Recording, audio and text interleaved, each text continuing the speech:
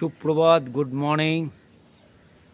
দাস গার্ডেনের নতুন মেম্বার দেখুন, এটা সেকেন্ড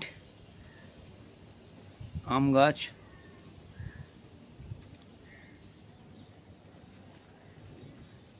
দুদিন আগেই গাছটাকে কিনে নিয়ে এসেছি, এখনও লাগাইনি। কারণটা হলো অন্তত 4-5 দিন রাখার পর পটিং করব। ওয়েদারের সঙ্গে এবং ছাদের সঙ্গে, দাস গার্ডেনের সঙ্গে নিজেকে রেডি করে নিক। কেন, এটা আমার কথা না, এটা দেখতে দেখতে দেখা যে গাছ এনেই সঙ্গে সঙ্গে পুঁততে নেই। তো থ্যাঙ্কস সবাইকে, আবার দেখা হবে।